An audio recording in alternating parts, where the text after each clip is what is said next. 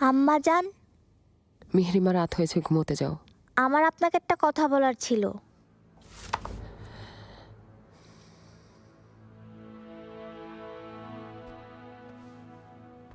Mehmed ভাই এখনো এখানে কেন?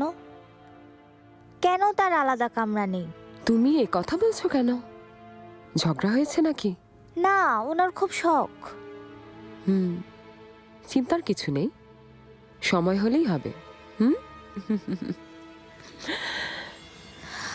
মাহিদেবরান সুলতানের জন্য, তাই না? অনুমতি নেই। আমিও মেহমেদ ভাইকে এটাই বলেছিলাম। অযথা এসব শুনলে আম্মা কষ্ট পাবেন।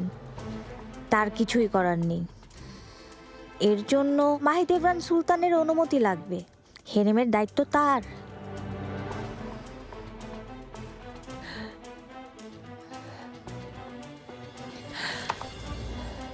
কি বলছো এসব? ওর অনুমতি লাগবে কেন? আমি চাইলেই তোমার ভাইয়ের কামরার ব্যবস্থা হয়ে যাবে। তাই যদি হয়, নিচ্ছেন না কেন? ভাবছেন মাহিদেবরান সুলতান অনেক ক্ষেপে যাবেন?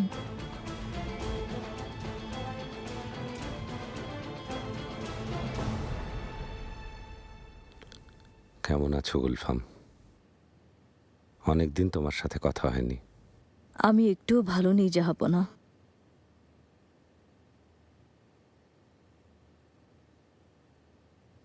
বেগম সুলতানার অবস্থা সহ্য হচ্ছে না। কখনো তো অসুস্থ হতে দেখিনি। সব সময় দেখেছি যে কোনো অবস্থায়, যে কোনো বিপদে মনোবল হারাননি। সাহস নিয়ে সব মোকাবেলা করেছেন, বিচলিত হননি।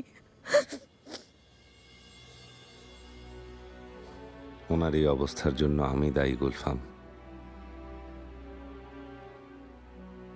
জানো কত কষ্ট দিয়েছি আম্মাকে। একবার তো আমাকে সন্তান হিসেবেও অস্বীকার করেছিলেন। নিশ্চিন্ত থাকুন জাহাপনা,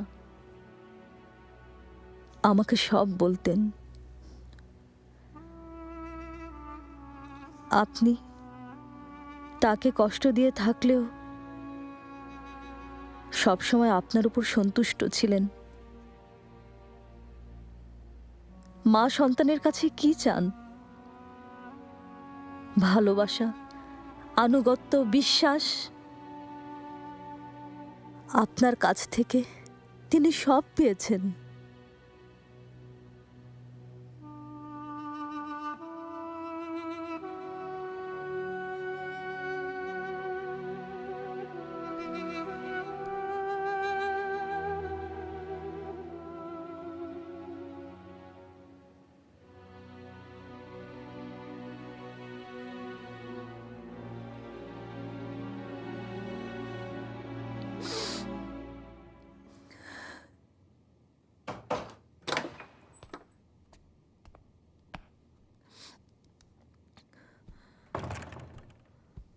দাহাতুন,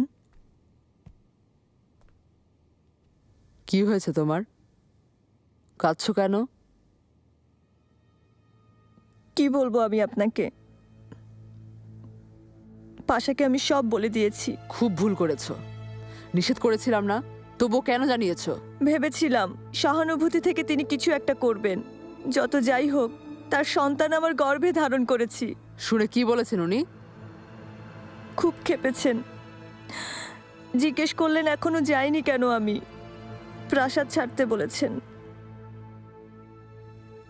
এদিকে আরো বড় একটা বিপদে পড়েছি। এর চেয়ে বড় বিপদ আর কি? আমাদের কথা কে যেন আড়ি পেতে শুনেছে। হায় আল্লাহ, কে ছিল? আমি জানি না। গুলশাকে সন্দেহ করেছিলাম, কিন্তু ও শুনলে এতক্ষণে সবাই জেনে ফেলতো। প্রাসাদ ছেড়ে গেল, তবুও একবারের জন্য মুখ খুলল না। তার মানে ও না। প্রাসাদ থেকে তাড়িয়ে দিয়েছে?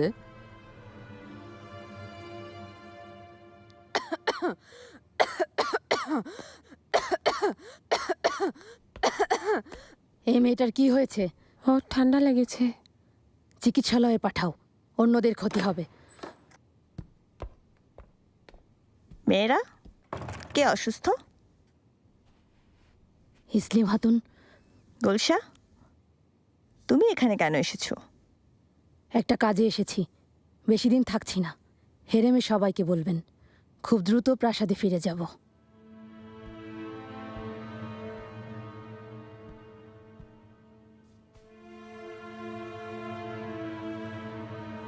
ইসলিম খাতুন, আপনার সাথে কথা ছিল। পরে, আগে দেখতে দাও আমাকে।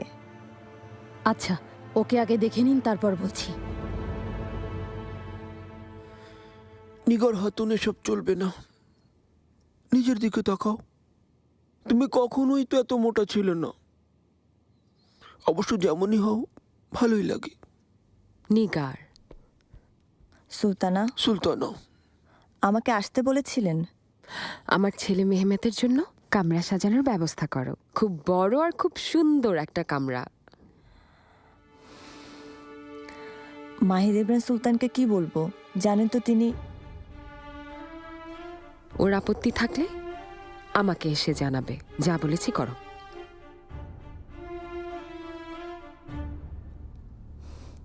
আপনি যেভাবে চাইবেন সুলতানা। খরচের চিন্তা করো না। আমার শাহজাদার যেন কোনো কিছুর কমতি না হয়। বুঝেছি। আর কোনো আদেশ দিবেন? এখন যেতে পারো।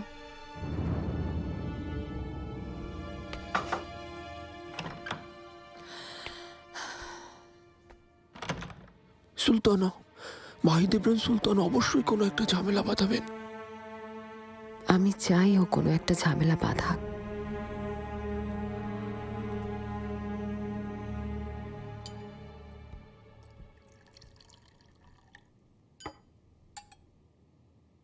মহামান্য শাহজাদা মুস্তাফা,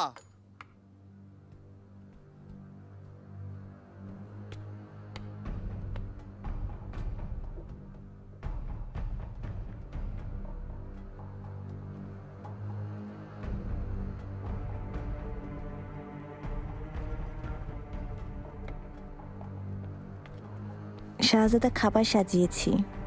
গরম স্যুপ, তার সাথে ভেড়ার মাংস, পোলাও, সাথে মিষ্টি আর ফলের সালাদ। ঠিক আছে, ধন্যবাদ।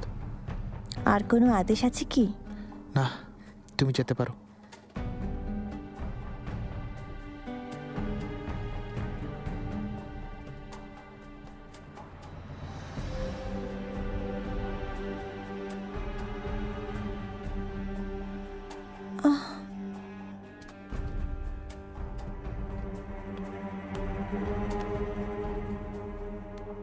ফাতমা খাতুন,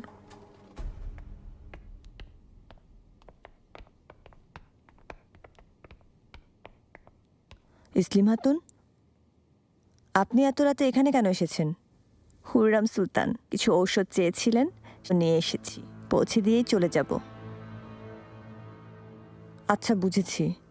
দিয়েই ফিরে যান, দেরি করবেন না। ঠিক আছে নিগার খাতুন।